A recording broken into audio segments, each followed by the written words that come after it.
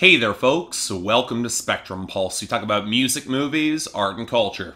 And today we're going to be talking about the team-up album between Sage Francis and B. Dolan as Epic Beard Men and their debut EP, Season 1. So it's hard for me to get excited about a lot of mainstream hip-hop these days, I'll admit it. Of course, it's not saying that it's all bad or that we don't have artists who stand out, but when even Kendrick Lamar is phoning in his verses in 2018, and the #1 song on the Hot 100 is a Drake track that I still don't think I could remember if I tried any lyrics or even the melody, not exactly a good situation. And then I see artists like XXXTentacion and 6ix9ine who feel so damn one-dimensional. I'm not thinking about the artists who paved the lane for some of that brand of emo rap, but who can still turn in aggressive production and bruising wordplay. And enter Sage Francis and B. Dolan, two Rhode Island MCs known for spoken word poetry, thorny, hard-hitting bars, and the sort of raw, almost vulnerable subject matter that most MCs would never dare put on wax. Now, both these men have made my year-end list in the past. Sage Francis with Copper Gone in 2014, and B. Dolan with Kill the Wolf in 2015, plus assorted songs from both records. And considering their long-running friendship being on the same label and their mighty beards, I knew it would only be a matter of time before we got a proper team-up of some variety. They've hopped on each other's songs before, but a full project? Yeah, that's interesting. And yeah, it's only just a free 8-song EP, but considering it's not that much shorter than the upcoming XXXTentacion album with 18 songs that dropped today, I prefer to hear from the genuine article of this scene first, even if, again, a little bit late to the punch covering it. But alright, what do we get on Season 1? Well, remember when I covered that collaboration team-up between POS and Sims last year with Shredders and their debut Dangerous Jumps? Season 1 plays in a similar mold, but I'd argue it connects a little better for me. The same sort of layered bars and bruising punchlines against production that would be considered pretty challenging to most, but playing it with a lighter sense of humor to temper some of the real political subtext burning within it. Think Czarface with more driving impetus, closer to Run the Jewels if they fuse their sillier bombast with the politics a little closer. For Killer Mike and LP can feel like two sides of the same coin and featured on different songs, whereas for Sage Francis and B. Dolan it's all one side blurred together and will thus likely play to a slightly more niche audience. Although really, if you like any of the acts that I just mentioned, you're gonna have a lot of fun with this EP as I did, cause yeah,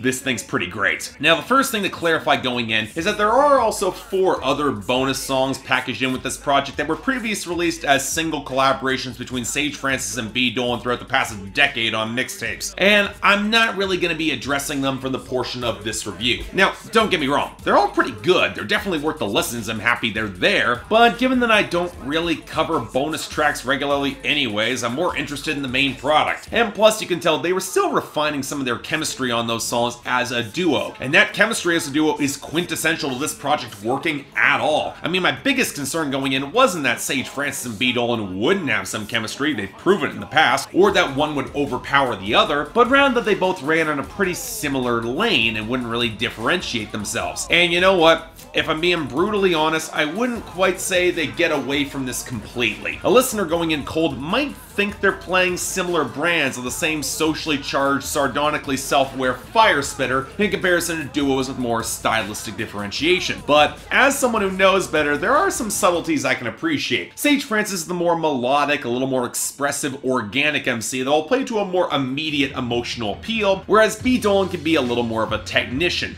letting his bars cut more than outright bruise. He's closer to the LP to Sage Francis's Killer Mike, although they're both more interested in direct storytelling than interlacing their references and punchlines. And that's actually really important when we consider the actual content on display for Season 1. Because while it might just be tempting to overload this record with flexing and punchlines, although we do get plenty of both, Epic Beard Men, they have paradoxically more and less ambition than that. Most because they're aiming to get more creative in order to set the scene. Hell, the standout track here, Shotgun Golf, takes the rather ludicrous presence of taking over a posh golf and country club with shotguns, and then flips into the same socially charged criticism of the game that George Carlin made back in 1992, with the class implications all the more pronounced because this used to be a park for everybody, not just some exclusive club. And since both artists are known for self-aware self-effacement, you get the opening track 5 Heart, showing them rebuilding their strength and place in hip-hop and modern culture with some pretty good flexing and a really great layered video game metaphor with a lot of distinctive references and callbacks, or the semi-romantic silliness of two different worlds as they go through the messy struggle of finding those who can bridge the gap between normalcy and our dynamic duo duo's, let's call it, unique personal situation. But then we get the bulk of these songs that are structured more around their places indie rap veterans, some material they've approached before. And while I have all the respect in the world for their DIY isolationist streak, especially given how much work it took to get to this point in their careers, and what they have observed going on in the mainstream and some of the degeneration there are songs like Dumbass Kids and Not Your Uber, where the world weariness of the industry and the up-and-comers looking for a handout can ring as maybe a little more bitter and less populous than intended. Now, it's hard to deny the lived-in detail of their situation. You can bet the conversations with newcomers to the scene or major signees who are way over their heads on Not Your Uber, they probably actually happened in some form, or how major brands will try and co-opt or steal street style from creators like them who made it on Fresh to Death, or the very real indie struggle of do it your motherfucking self and Dumbass Kids to those who are new to the game and don't quite fully get it. And I appreciate how B. Dolan in particular knows he can't really stop them from trying, but it's hard not to see at least a trace of that reality leak through to color some of the wit on display. And all of this takes us to the toughest track to really decode on this album, Space Ghettos, which seems to be tracing the uncertain path for those who do truly want to follow in their lane, to the weird roots of hip-hop, which is definitely not the safest career path, but for those who cannot follow in the cool indifference of the mainstream or artless online trolling by faux provocateurs, maybe it just provides the space they need and a chance to maybe swipe something for themselves along the way with that art. Now granted, all this is coming with a level of detailed, vivid but complex flows that have made both MCs truly an acquired taste throughout most of their careers, taking tricky rhyme and cadence patterns that show their roots in spoken word and poetry, but also are remarkably accessible in their storyline and use a lot of plain language here, but also it's all so much up my alley, it's not even funny. But this is where we run into a very different animal alongside the duo, and that is the production. And it can be a little tough to directly quantify, even compared to other hip-hop sounds and styles. The beats and production fall from the textured samples, scratchy foundation of guitars and synth lines, and the dense, rough bass lines and percussion that might seem to fit in with modern underground tones, but then you get the blatant 8-bit chiptune choices on synth samples and vocal filters on 5 Hearts, or the slightly goofy contortion of that elegant arranged sample on Two Different Worlds that might seem a tad heavy-handed in its emotional imagery, but really does fit the tragic comic feel of the track, especially when some of the minor tones are leaking in for the verses. But that's also telling on this project. The instrumental tones match the intensity of the bars instead of taking a back seat or subtly complementing them. From the old school samples, scratching and horns, to do it your motherfucking self and Not Your Uber, to the minimalist tinkling skitter behind the bells on Fresh to Death, or the bassy echoing snares playing out the faded wails of harmonica before contorting into slicker warping synths and more synthetic vocal filters on Space Ghettos, somehow adding a fusion of oily futurism and sampled griminess on Dumbass Kids that I can tell some listeners, especially coming from the mainstream, they will find this overwhelming or alien. Now, it's not like this production style is unfamiliar to me. A similar composite of tones was found on Copper Gone, and I love that project, but I do feel that even despite being an EP, this project could have afforded a little more space to modulate its flow and mood, especially on the back half. Or, let me put it like this, it makes a lot of sense that Cecil Otter of Doomtree produced the futuristic filthiness of Shotgun Golf, probably still the standout there, but when Doomtree put out All Hands, they were canny enough to modulate in between some of the bangers, and I think that helped that project hold up a little stronger. But to wrap it all up,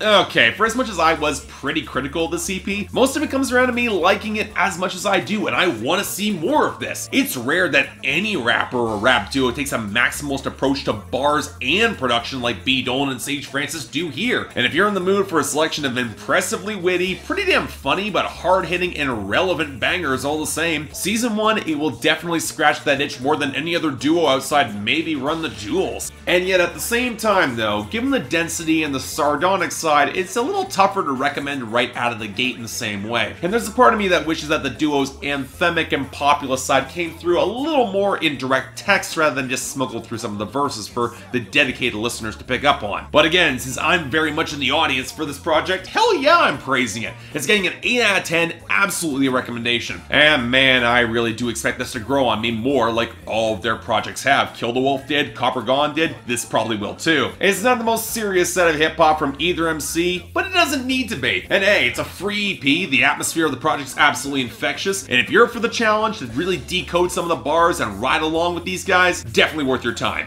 Check this out. You'll have fun with it. So yeah, thanks a lot for watching. If you'd like to like and subscribe, I'd be more than grateful. I know it's a little much than I would typically say about an EP, but seriously, you guys, you want to buy it? Links in the description below. It technically is for free, but if you want to pay anything for it, I recommend you do. These guys are putting out something special independently, and that's something worth saying. And hey, I got the poll up there for any of you guys who want to say how this isn't that good. Well, you're wrong because this kicks ass, but there's your opportunity to tell me. Also, just a quick note here, if you could follow me on Twitter/Instagram when I post my updates, that would be greatly appreciated, because apparently YouTube is doing stupid things with the sub boxes, and my videos are not going out for an hour or so. So, if you want to see when the videos first drop, you know where to find me. Beyond that, anything else I might be able to do to improve my presentation, I'm all ears. If you guys want to get involved in scheduling my process or help support this channel, link to my Patreon is right over there. Where 3 times a week you guys get to vote on my schedule, and once a week for the higher tier contributors, you guys get to add albums, movies, or even a top 10 list to that schedule. More details right there. If you want to see a schedule, again, that's on my Instagram. But till next time, I'm Mark, you're watching Spectrum Pulse, and I'll see you next time.